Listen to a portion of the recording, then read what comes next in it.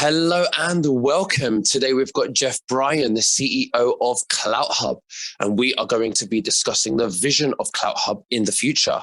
Now, just before we begin, you can subscribe to our Telegram channels and to nicholasveniamin.com for my free email updates. And if you're watching this for the first time on YouTube, I will leave the link below in the description for the full interview, unless, of course, myself and Jeff can use our words wisely due to the insane censorship that's happening right now.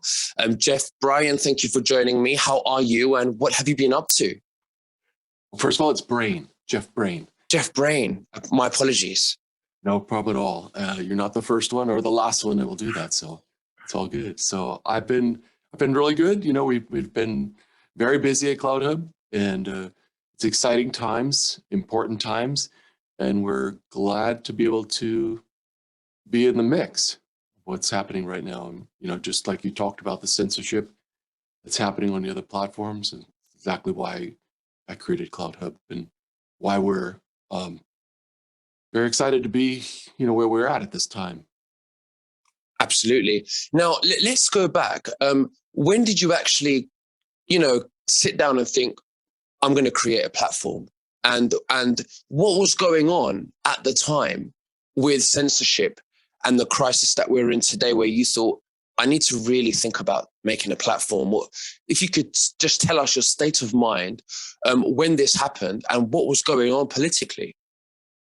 Well, actually, my first thought of creating a platform was 2016, with everything that was happening in the election at that time. You know, there was starting to be the censorship. We started to see the shadow banning, and they denied it at the time. You know, they said it didn't exist. We're imagining it, and now, of course, you know, we see it everywhere. It was 2016 that I started to think about it. It was 2018 that I actually took the steps to create the platform. And in 2018, even, you know, I had no idea that, you know, by how important what I was doing at CloutHub would be by 2021, where businesses are closed down, you know, schools are closed down, churches are closed down, you know, and we're being mandated to take a vaccine. You know, every reason I created CloutHub, which is to empower people, give people the ability to work together, organize, mobilize, and influence the issues that affect their lives, their communities, you know, their freedoms, their health, and their country. We're seeing in real life now in 2021. So, Absolutely. Now, we have other platforms like Rumble, for an example, which is like YouTube. And, we assume and suspect that these were created for free censorship. Now, why do you think that Stu Peters is having some of his videos being banned and removed on Rumble? Well, you know, not every platform is in a position to be able to control their own destiny. I was very lucky that I didn't feel it at the time, but in November, after the election, on November 6th, IBM hosted all our videos, and they took us down because some of our members or our shows were talking about what happened on November 3rd. And so IBM took all our video channels down without even any warning, notice, or otherwise. And that was an eye-opener for me of where we were headed as a society and as you know, a technology. So I immediately told my team, start working to make sure that CloutHub was completely protected and independent. Later, we saw what happened to Parla, right? I'm very pleased to say that CloutHub controls our own destiny. I'm not on a platform that I have to worry about what either one of us says. We're protected. We also are protected in the app stores, quite frankly. We went back and rewrote our apps completely so that, God forbid, one of the app stores decided to take us out, our apps would still work. In fact, we update the apps directly. We don't necessarily go through the app store. And unfortunately, that's what you have to do these days. And, you'd have to look and see where Rumble's videos are hosted, and they might be getting pressure, and they have to make a decision. Do I stay in business, or do I make this choice to have Stu Peters' videos taken down? Now, one of the advantages of CloutHub is that it's an all-in-one platform, meaning that when you join CloutHub, you not only have a discussion timeline like Twitter, but you have a video channel like YouTube or Rumble. We also, of course, have groups. We have meetings, which is like Clubhouse on CloutHub. So you can hold events, virtual events. We also have a newsroom, and we have a lot more coming. But with Rumble, it's a destination. It's like going to a shopping center, versus being in a mall. When you have your videos on CloutHub, it's in the middle of a city. And so we find that actually our videos, even though Rumble is very popular and well known, but our channels actually get on average about twice as many views as a Rumble channel. So that's because it's part of an infrastructure. When you go live on CloutHub or you upload a video, everyone that's subscribed to you gets a notification that you went live or you uploaded a video, which is normal, right? YouTube does that, Rumble does that. But your video actually goes into their public feed in the timeline. So when they come in, log in, they'll see your video. And that's what gets us so many views. It's also very shareable in our platform. So, that's a difference between us. And that's an important difference for us. We're so used to the first generation social media platforms where we use YouTube for our videos, we use Facebook for our groups, and we use Twitter to comment on public affairs. CloutHub puts all that into one, plus a lot more. Right. So let's talk about the numbers. How many users do you have now on CloutHub? Yeah, we have nearly 4 million on CloutHub, and we're very proud of that. We actually haven't ever advertised CloutHub. I come on programs like this and talk about it.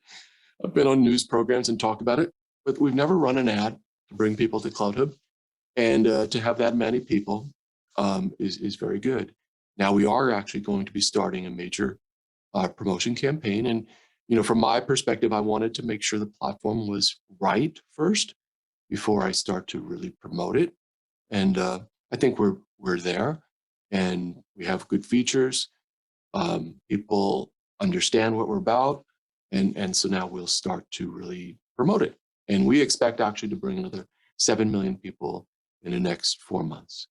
We have a very, I work with some very, very sharp online marketers, the best in the industry. That's my background, online marketing. And so I'm in that community. They like CloutHub a lot. They're looking for new territory to market to. And they also are concerned about what's happening in this country, as well as what's happening on the other platforms with censorship. They view CloutHub as a solution for them. And so they're willing to help me grow CloutHub. Wonderful. So I know that you've met and you have been photographed with President Trump. Have you tried to get him on the platform? Well, the president is welcome on CloutHub, and we did discuss CloutHub. He, of course, has chosen to go and build his own, which is Truth Social. From everything we know, and we have people very close to them, it'll be a Twitter alternative. That's what he liked. That's what he's used to. He did like CloutHub very much. He has certain needs that he, wants, which are financial. And so we weren't able to find common ground. But I believe at some point he will be on CloutHub anyway, because we're a powerful platform. And quite frankly, we have an important election in 2022. The thing that CloutHub has is, we have groups where we have subgroups, and we allow people, the admins in the groups, to message their actual members. In Facebook, you can only post and hope your members see your post. But in CloutHub, you could have a national group, okay, or organization. Then you can have a subgroup by every state. And then within every state, you can have a subgroup by perhaps county or school district or school or precinct. So it's tremendously powerful when you want to organize and mobilize people. The other thing too is, as the admin, you can actually message your members. You can message all your members, or you can say, hey, there's a hearing in Dade County that I want people to go to, and just message the people in Dade County that, what they need to do to go to a hearing. So it's very powerful that way. Also, we have, you've heard of Clubhouse, perhaps. Clubhouse is an audible social media platform. We have that technology in CloutHub, but we took it a step further. We put the presenters on video, like you and I are on video now, and then we can get people into the 100,000 people into the meeting, and they can raise their hand and then talk to you and me, and we can answer their questions. We also allow them to text chat, live chat between themselves during the event. We also allow for handouts. We also allow for breakout rooms. And if you have a group on CloutHub, and many people do, and they're very large groups, when you set up your event or meeting, you can actually invite your group. And everyone in your group, gets an invitation, a link to go to that meeting or event, and they do come, they show up. And so that plus the channels, so for the president, he was to have a beta out in November. That didn't happen. Technology is not easy to build, and it doesn't always work the way you think it's going to go. We do have an important election in November of 2022, and my point to him and to his team is, I don't know when his platform will be ready, but he could step on CloutHub today and mobilize his base and for 2022, as could any politician who's running for office. They can set up their group with precincts, they can have a precinct captain, they can communicate to them, and they can mobilize them. And that's what we need right now. We all are focused on free speech, the importance of free speech, and it absolutely is. And I applaud every platform that's free speech. Absolutely. But what are we using free speech for? On so many of these platforms, we've seen Getters come on very strong, but really all you do there is you post and then see how many likes you get. And with the challenges we have as a society and as a country today, where our freedoms are at stake, in my mind, that's not enough. What we need to be able to do is go a step further, and that's what CloutHub's about. CloutHub's about doing. We give you the groups to organize, we give you the CloutHub meetings to hold events. We give you the ability we have a news aggregator. You can even choose what news you prefer. It automatically comes to you. You might choose just the news, Epic Times, One America News, and those will come to you. And then we have the public timeline. Now, where we're going in the future, at the start of the year, let me say right now, what we're adding right now is business pages and the ability for people to advertise on CloutHub, and then a marketplace where people can sell on CloutHub. And that'll be done in the next 30 days.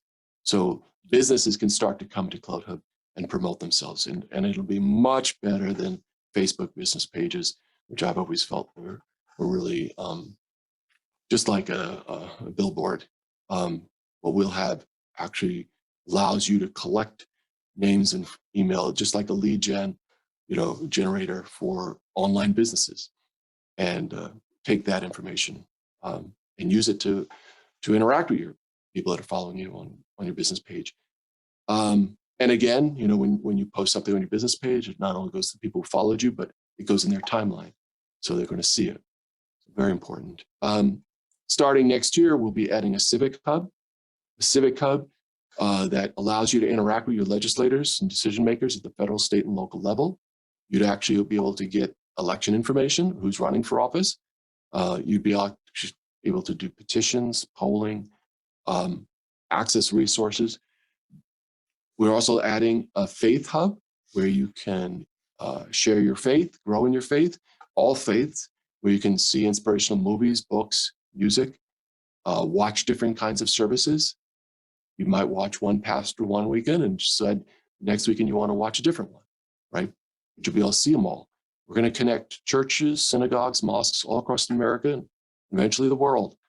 And so the people who have faith, can celebrate that faith. On Facebook and other platforms, they're being censored. I have a guy that has a channel on CloutHub who's taken off a DLive because he shared the Gospel of John. That's just unbelievable to me. So we're going to have a civic hub, faith hub, there'll be an education hub, entertainment hub, sports hub, health hub, finance hub, business hub, and a marketplace. And really what I'm doing in CloutHub as we continue, I'm building social media that actually serves your life. Those are all elements of life that shape the quality of your life. They determine, the extent of your life, right? They enrich your life and build up society. And I think that's what social media should do. I think that what Mark Zuckerberg created and Jack Dorsey created, we're all fascinated with because they were the first.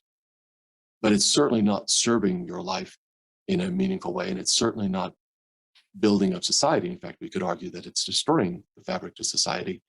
And it's hurting individual health for people. There's been plenty of documentation of that. So CloutHub is actually, is not a Twitter alternative like so many of them are, right? That's a Getter, that's Parler, that's what others are. So CloutHub is a bigger solution.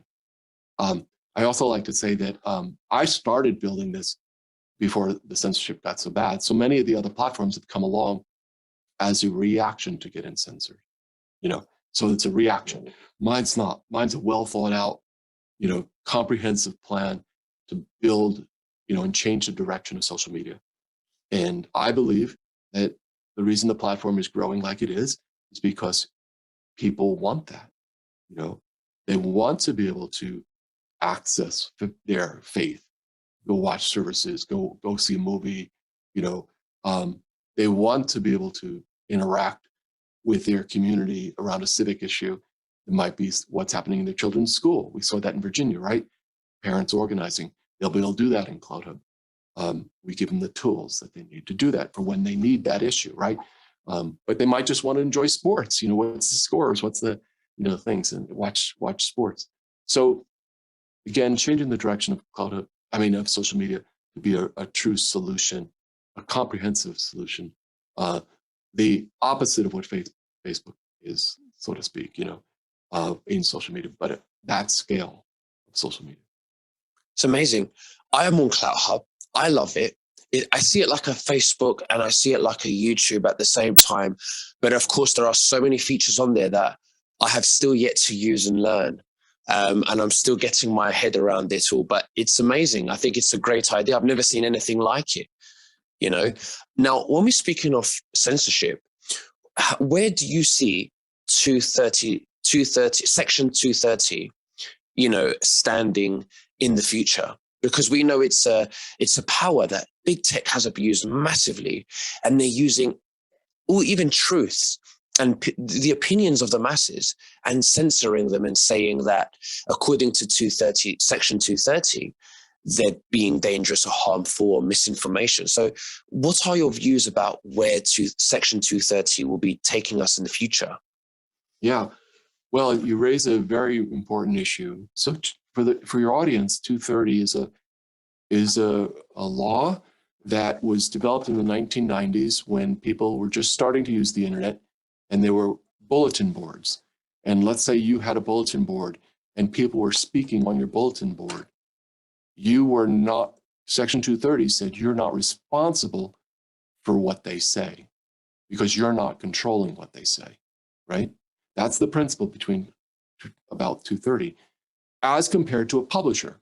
If I had a magazine and I put out a new edition every week and I decide what goes in that magazine and we do an article on you and we're wrong on facts, you can sue us for libel or slander, right?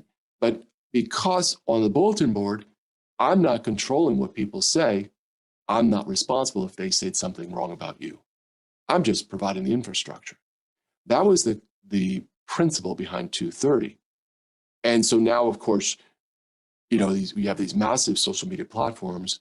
And what 230 says is I'm not liable for what people say. I'm protected from liability. Well, that would mean that it should say that Twitter, you don't have to worry about when somebody calls Fauci a name because you're not responsible for it, right? and you don't have to be taking people down. Of course, it's used as an excuse. And in fact, I think 230, they are acting as publishers because they are selectively deciding who stays and who goes and what topics are talked about and what topics are not. We saw, doctors talking about treatment, for that virus in front of the Supreme Court building, and all their videos were taken down. And if you, as an individual, put their video up, you got taken down. Well, that's acting like a publisher, right? Oh, well, it's misinformation. Well, what we find, and there's a joke going around, what's the difference between truth and misinformation? It's about 9 months, because what was categorized as misinformation last year, we're finding out, hey, maybe it did come from a lab. Maybe those doctors were right. You see Joe Rogan talking about how he got better. Maybe those doctors were right. And, what would have happened in the 70s when we were complaining about lung cancer and the link to cigarettes?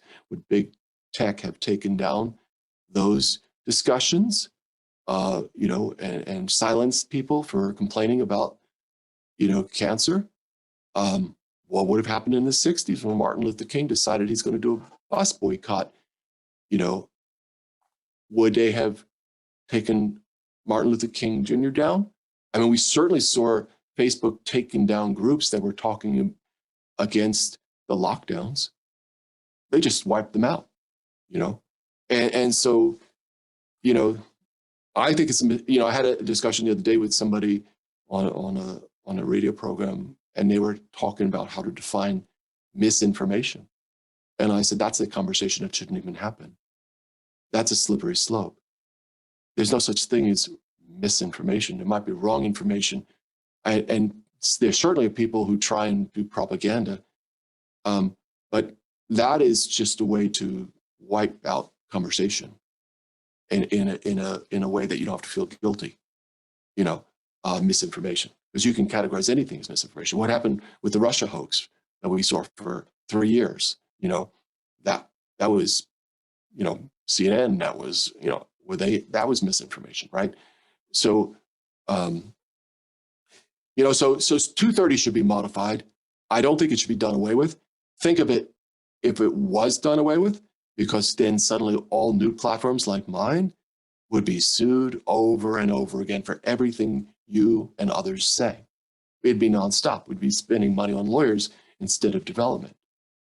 Okay, so you don't really want to see 230 go away, but you want to see that if people can make a case in court that in fact it is conservatives being taken down and not liberals for the same thing, and they are deciding what topics can be talked about or not, and you can show that in court, then they should be liable for their actions. The other thing I would say too, by the way, that 230 protects me as an owner of a platform from what you say. It should never protect me from my actions and my wrong actions, right? 230 should not be extended to that, and yet it has. They're exempt for their misgivings. When they all took President Trump off their platforms, I think actually they should be, that's their action. It's not about what,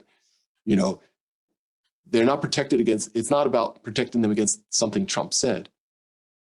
It's their action. And 230 shouldn't have ever been interpreted to be protect them. I mean, why should they have indemnity for their actions? They should be held responsible.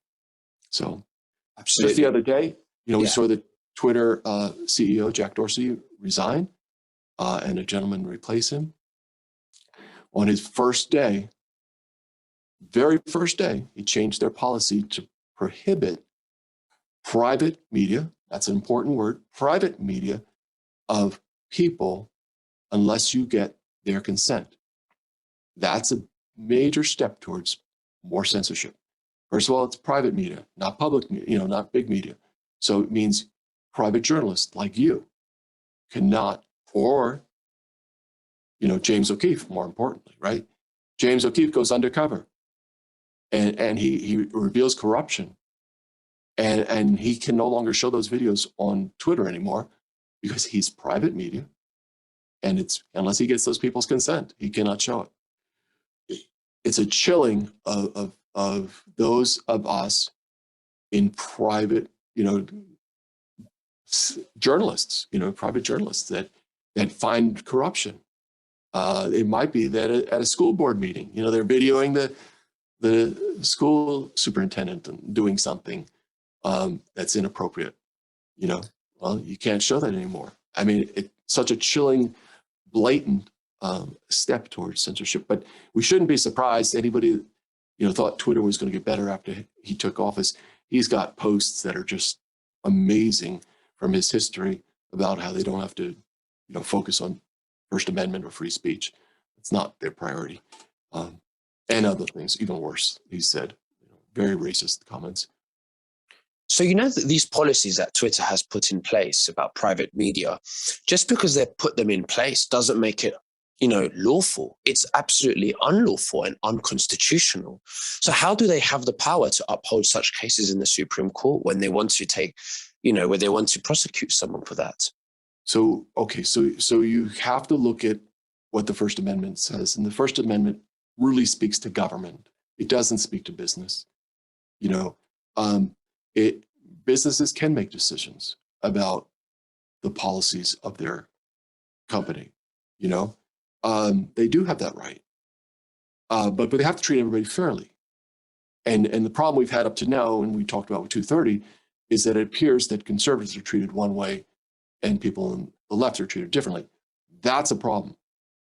But if they want to make a policy, as long as they treat everybody fair, as a private business, they can do that. So, if they implement this new policy and they're consistent to everybody, then legally they can do it. Now, the government can't do that, but a private business can do that. Now, that's a legal issue. Now, is it right? It's not right. I mean, these platforms are where people speak. These are the public town halls of today. If you're not on there, your voice doesn't matter. What's being discussed in those forums in Facebook and Twitter and the other platforms have far-reaching consequences. That's deciding what happens in Washington. That's deciding what happens in your community. And if you're silenced or you can't bring out corruption, then it's legal, but it's not right. I got it. So they're abusing the laws, that they are abusing their own powers. Yeah, well, let's say this. They're legally allowed to do it, but just because it's legal doesn't make it right. And what will be the consequences? Well, the consequences, there's a CloutHub, there's a Getter, there's a Truth Social coming, and that is the answer, right? Yeah, they caught us off guard, but now we're responding, and we're giving people platforms where they can speak their mind freely. I think that one of the reasons Jack Dorsey stepped down from Twitter is because he sees the writing on the wall. I think we're hurting him. First of all, his platform is the easiest to copy. It's a very basic, it's just discussion timeline. And so you see the Parlers, the Getters, and now Truth Social coming out. Well, I think when Truth Social comes out, that'll hurt the others because they're all the same, basic purpose, but I think that'll hurt Twitter the most. And I think Jack Dorsey stepped down because he sees they're going the way of MySpace. It's only a matter of time. They'll be gone. Yeah. The other consequence is that people are waking up. They're actually seeing the censorship and they're wanting to move to different platforms. Yeah, absolutely. There was hesitancy at first to move. They're comfortable, but now they see they have to. They have to be on alternatives. They could still be on Facebook. They could still be on Twitter, but they have to be on alternatives. And it's very important to be on alternatives because, there are concerns that there'll be a real serious takedown at some point in the future. And so people need to have themselves established and get established on a new platform early, because if there is that attempt to shut down those platforms at a certain point because of activities that occur, you can't then go out and reconnect with people. You want to be reconnected with people now, early on these other platforms. And I would encourage them to use all the platforms and then find which one they like. Some people like a Getter, it's simple, and some people prefer a CloutHub where they have more, abilities. So everybody's got different tastes, and but at least they have options now. Absolutely. Now, back in 2020, October, November, around that time, I came across an executive order that Donald Trump had signed. And when I read it through, it spoke about, you know, crimes against humanity, treason, censorship, and companies being frozen of those who are involved. And that this executive order went active on the 1st of February 2021.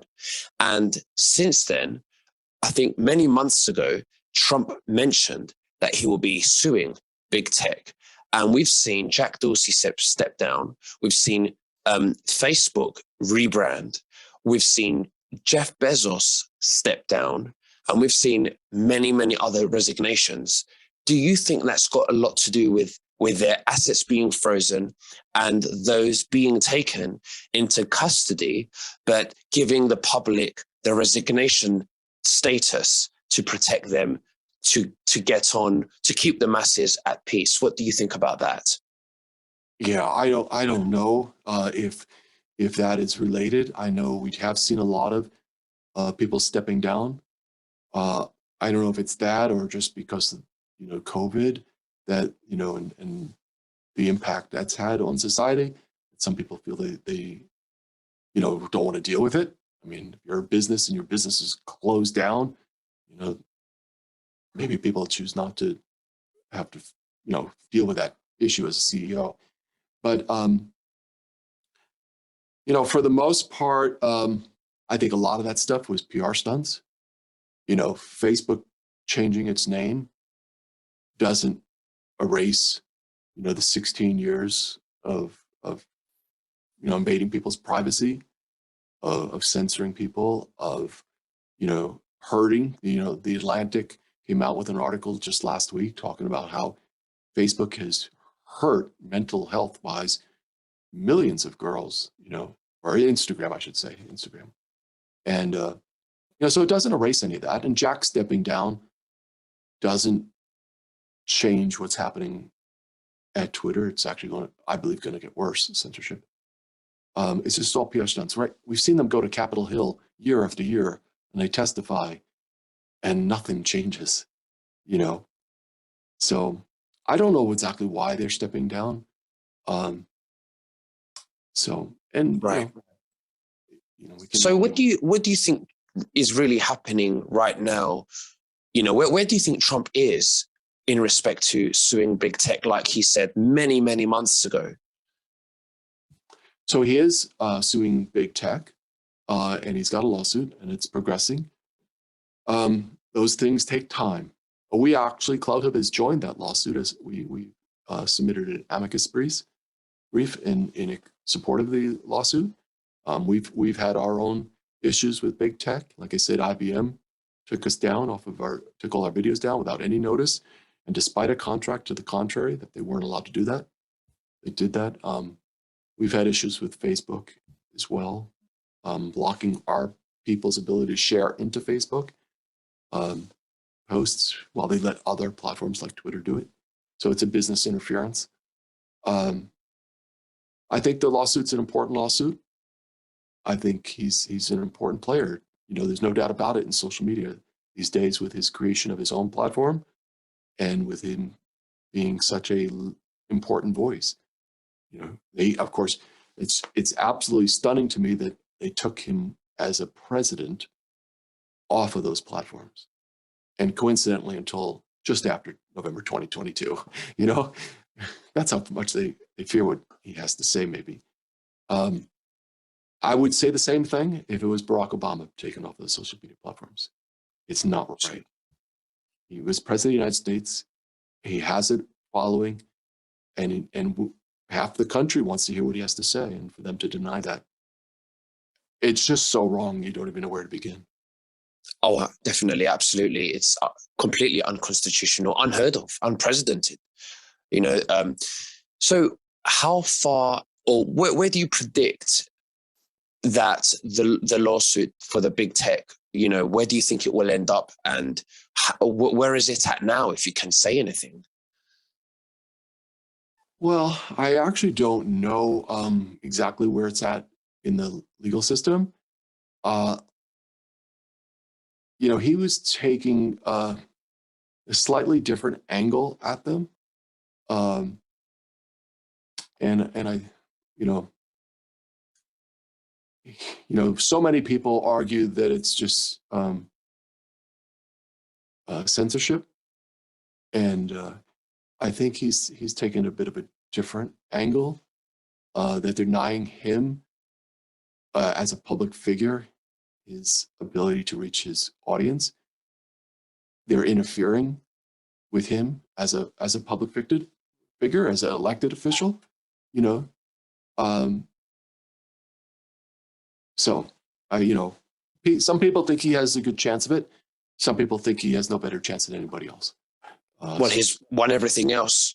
So, I know Trump likes to play it down and surprise everybody at the end. That's the type of personality that I warm to with him. Yeah. Yeah, he's definitely a very good chess player. Absolutely. Well, Jeff Brain, it's been an absolute honor to speak with you. Thank you so much for sharing your information and, with me and the viewers. Is there anything else that you'd like to say to the viewers before we finish?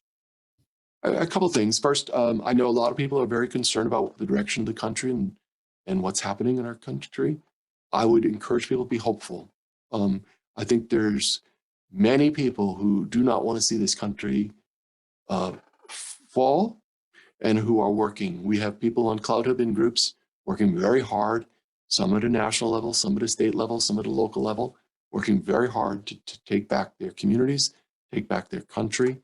I know, people in Europe, where you're from, are watch the United States, because as the United States goes, so goes the world. And so, people should be hopeful, and I would encourage them to try CloutHub. Come over. It takes 2 minutes to join up. We protect free speech. We protect privacy. We don't get into your phone. We don't look at what you're doing. We don't track you to the mall. We don't do anything that. And we did design our platform to be healthy, by the way. We used a consultant in neuroscience to help us design our platform. So we're not doing what Facebook's doing, where you're addicting people to come back over and over again. So we are different. We like to see us as reinventing social media, and social media that serves your life.